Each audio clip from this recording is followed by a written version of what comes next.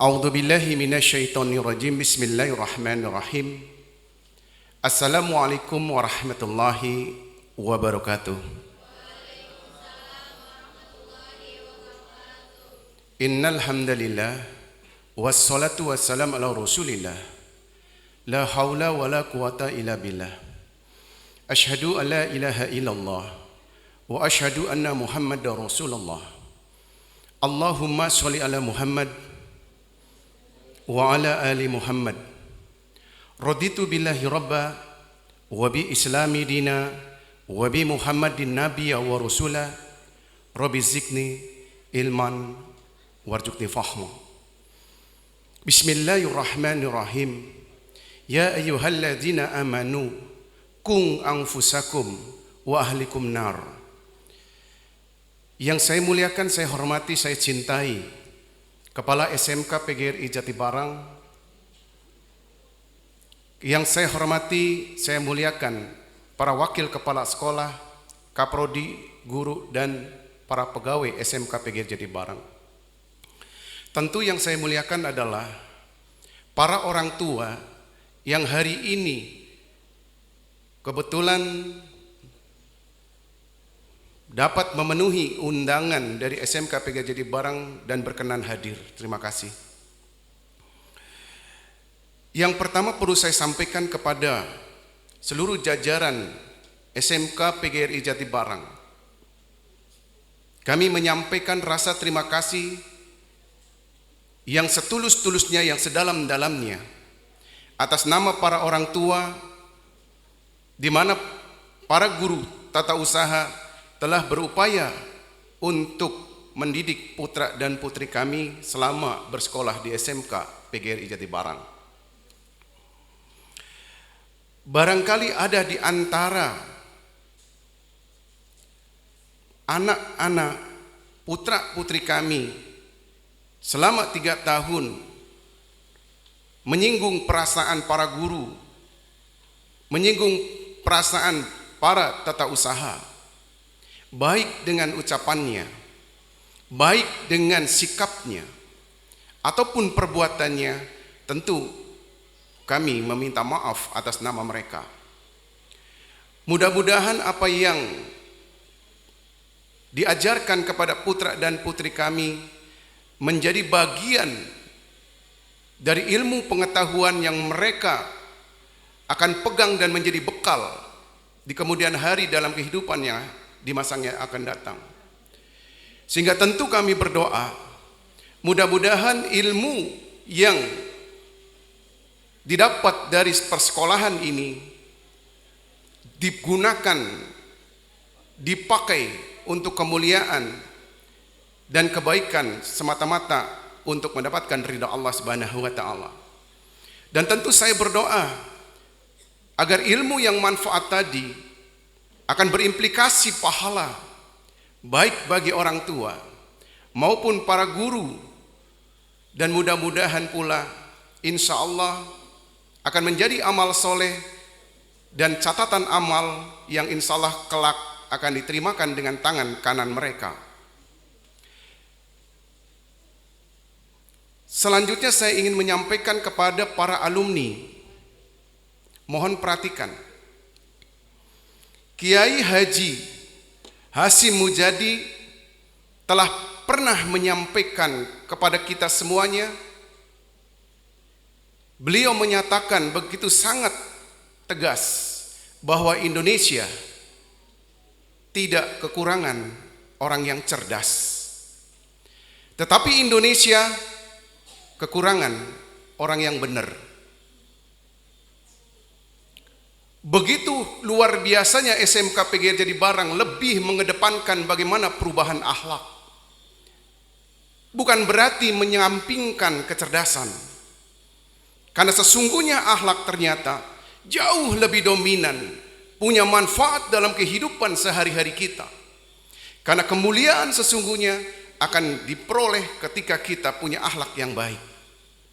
Maka sungguh sangat tepat ketika kepala sekolah, ketika para guru dan para pegawai di SMK PGRI Jatibarang ini mengajarkan kepada putra putri kami akhlak nur karimah yang baik.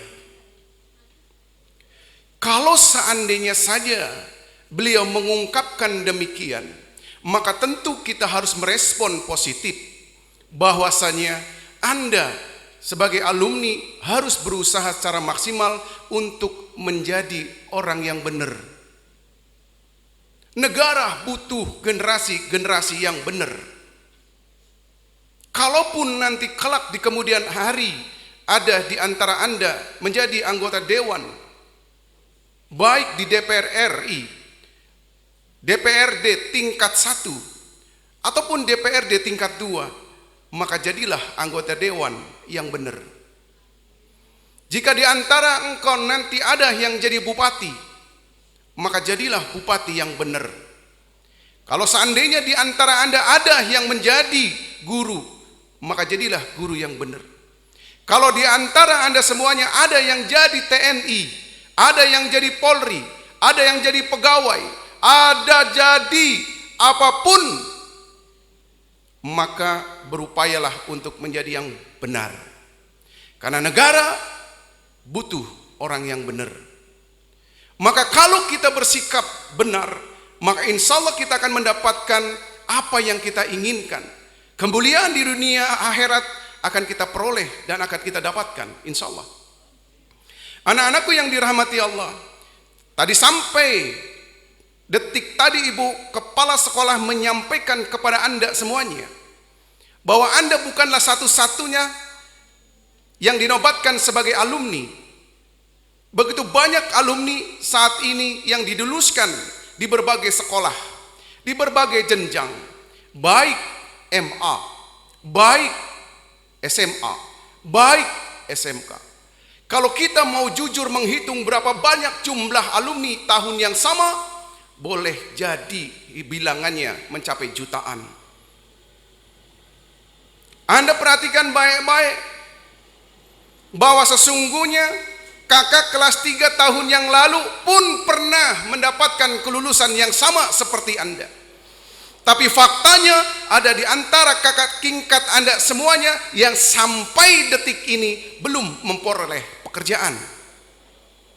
Kita tengok 2 tahun sebelumnya, kita tengok 3 tahun sebelumnya, dan seterusnya. Masih ada di antara mereka yang belum bekerja. Bahkan ada di antara mereka semuanya yang sudah bekerja, tapi justru dalam kondisi yang tidak beruntung. Mereka mendapatkan PHK. Ketika demikian kejadiannya, maka sesungguhnya mereka adalah pesaing Anda mencari pekerjaan. Berita heboh saat ini bahwa negara kita begitu banyak generasi muda dari luar negeri yang datang di Indonesia, tidak lain dan tidak bukan untuk mencari pekerjaan. Begitu banyak generasi-generasi dari luar negeri datang ke Indonesia semata-mata mencari pekerjaan di Indonesia. Kalau ini memang menjadi pesaing kita, maka kita harus mengintrospeksi diri sejauh mana kemampuan kita untuk menghadapi kompetisi yang begitu sangat ketat. Negara membutuhkan orang-orang dari luar negeri karena 2 hal. Pertama, mereka memiliki kompetensi yang lebih unggul dari kita. Yang kedua, negara mengatakan bahwa mereka lebih disiplin dibanding kita.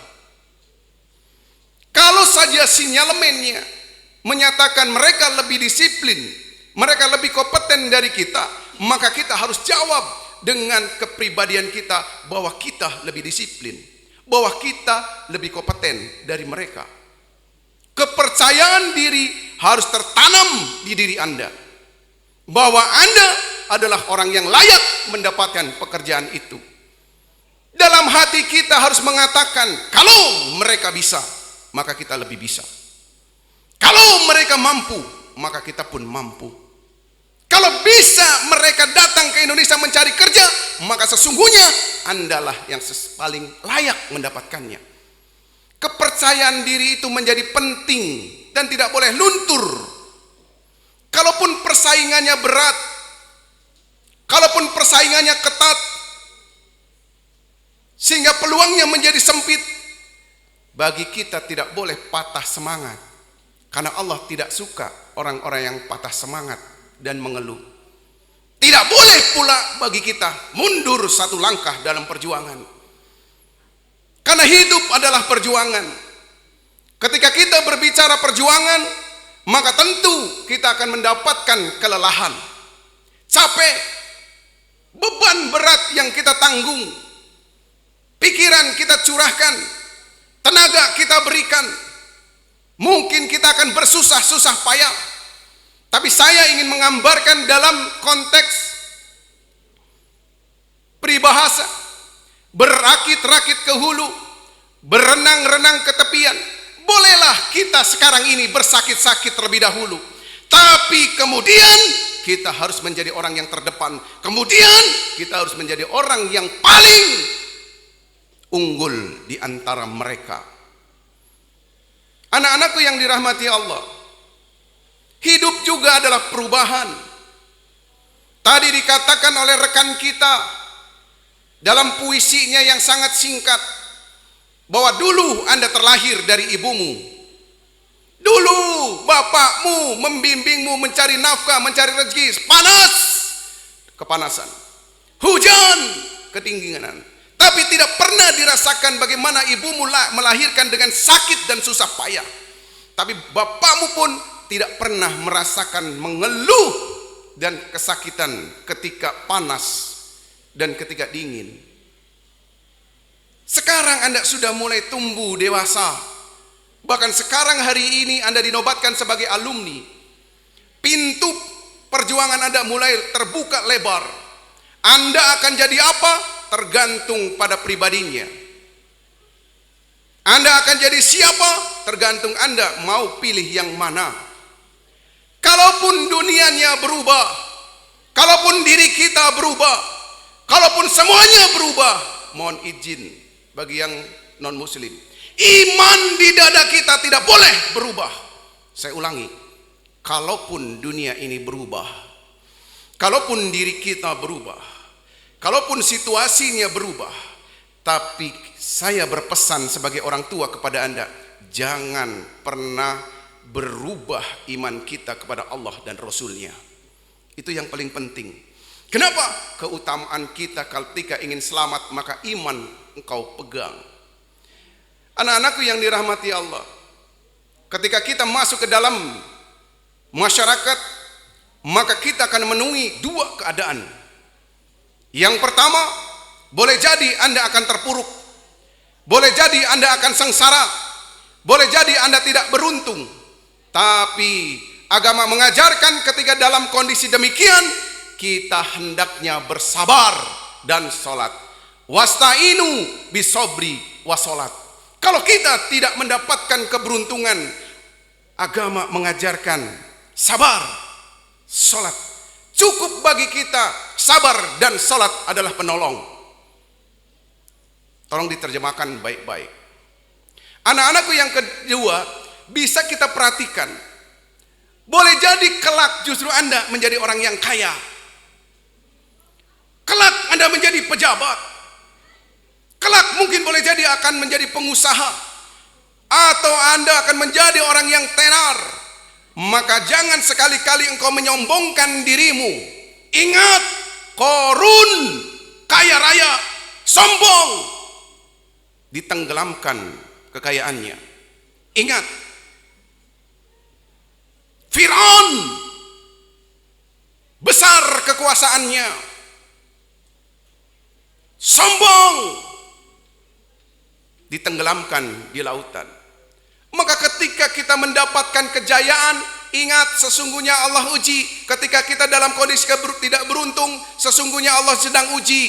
Apapun keadaan kita, baik dalam kondisi terpuruk maupun dalam kondisi yang menyenangkan, sesungguhnya Allah sedang uji. Lalu bagaimana ketika Allah uji kita dengan kesenangan? Maka agama pun mengajarkan kepada kita untuk tetap sholat dan berkorban. Inna atoina kal kosar fasoli li rabbika wanhar. Allah telah memberikan banyak kenikmatan kepada Anda semuanya, kepada kita semuanya. Allah meminta kepada kita, dirikan sholat dan berkurban. Maka anak-anakku yang dirahmati Allah, tepat saya kira ketika kepala sekolah menyatakan dalam mukadimahnya dengan tegas, jangan pernah berani bagi kita meninggalkan sholat. Kenapa? Karena sholat inilah amalan yang kelak ditanya oleh Allah di pengadilan nanti di yaumul hisab, yang pertama kali dipertanyakan. Anak-anakku yang dirahmati Allah, berikutnya ada beban berat di diri kita. Apa beban berat itu? Beban berat itu sebagaimana Allah dan Rasulnya menyampaikan kepada kita semuanya. Ya ayyuhalladzina amanu qu anfusakum wa ahlikum naro. Hai orang-orang beriman, selamatkan dirimu dan keluargamu dari api neraka. Jadi poin terpenting dari keseluruhannya adalah bagaimana Anda bisa menyelamatkan dirimu dan keluargamu dari api neraka. Ini tugas anak, bagaimana menyelamatkan ibu bapaknya. Ini tugas anak, bagaimana memberikan kemuliaan kepada ibu dan bapaknya di hadapan Allah. Maka anak-anakku yang dirahmati Allah, yang kedua disampaikan oleh kepala sekolah begitu sangat tepat. Jangan pernah juga Anda tinggalin sholatnya. Kalau sekolah ini menggebu-gebu menciptakan Anda sebagai hafiz Quran, tapi kata beliau, sayang di antara kita tidak merespon dengan baik. Kenapa ini jadi target SMK PGR Jadi Barang? Karena SMK PGR Jadi Barang paham betul bahwa kemuliaan orang tua harus menjadi tujuan utama. Buat apa Anda kaya kalau tidak mampu memuliakan orang tuanya? Buat apa Anda jadi pejabat kalau orang tuanya tidak selamat di alam kubur? Buat apa? Maka anak-anakku yang dirahmati Allah, ini harus menjadi renungan kita bersama. Dan ingat, hari ini sunatullahnya Anda adalah sebagai anak. Tapi beberapa tahun kemudian, insya Allah sunatullahnya Anda akan menjadi ibu, Anda akan menjadi bapak bagi anak-anakmu. Maka ketika engkau jadi bapak dan ibu bagi anak-anakmu, didik dia dengan baik. Sebaik-baik pendidikan adalah akhlak. Ketika kita berbicara akhlak, maka kita tidak pernah lepas dari Quran. Anak-anakku yang dirahmati Allah, maka mulai hari ini, walaupun kita belum hafal juz 30, karena konsep ini sudah diberikan kepada Anda, tapi kenyataan dan faktanya pandemi menghalangi kita. Walaupun kita sudah lulus, tidak berarti kemudian kita tidak mau menghafalkannya. Mumpung Anda masih muda. Mulai hari ini, mari kita sama-sama untuk senantiasa berupaya membaca Al-Quran, agar orang tua kita mendapatkan mahkota keselamatan, agar orang tua kita mendapatkan jubah keselamatan masuk surga tanpa hisab. Baca Quranmu satu hari satu juz. Kalau tidak sanggup satu hari satu juz, cukup 10 lembar saja. Kalau 10 lembar masih berat kita membacanya dalam satu hari, cukup 5 lembar saja. Kalaupun 5 lembar masih berat bagi kita, maka cukup bagi kita 1 lembar. Kalaupun 1 lembar masih sulit, karena kita lelah bekerja, karena kita capek dan seterusnya, maka cukup bagi kita 5 ayat.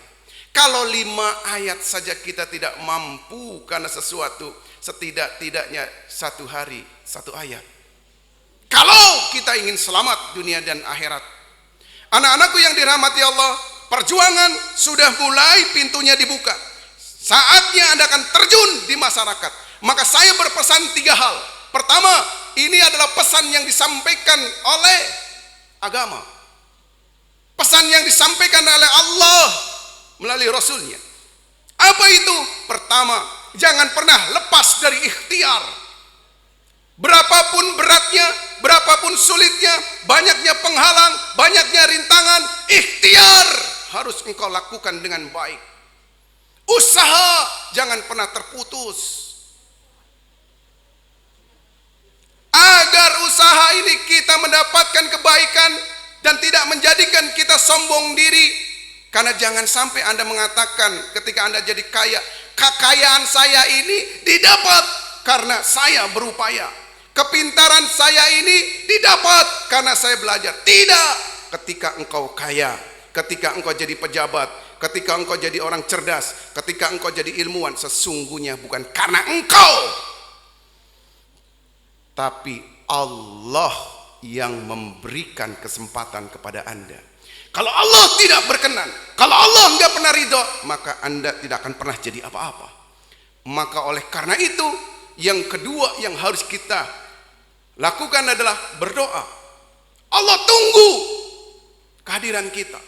Siapa di antara mereka datang kepada Allah, maka insya Allah doanya dihijabah. Jangan pernah minta pertolongan kepada manusia, karena manusia tidak akan pernah bisa membantu. Jangan pernah kemudian minta pertolongan kepada makhluk, karena makhluk tidak membantu. Jangan pernah percaya ada orang mengatakan saya bisa ini, saya bisa itu. Tidak, karena sebaik-baik penolong adalah Allah Azza wa Jalla. Jadi ketika sebaik-baiknya penolong adalah Allah Azza wa Jalla, maka baiki kita, cukup backing kita Allah. Sandarkan kepada Allah, minta kepada Allah. Apapun yang kau minta, insya Allah dihijabah. Apapun yang kau inginkan, insya Allah akan diberi. Mintalah langsung. Kenapa? Karena Allah itu dekat, sedekat urat nadi yang ada di leher Anda.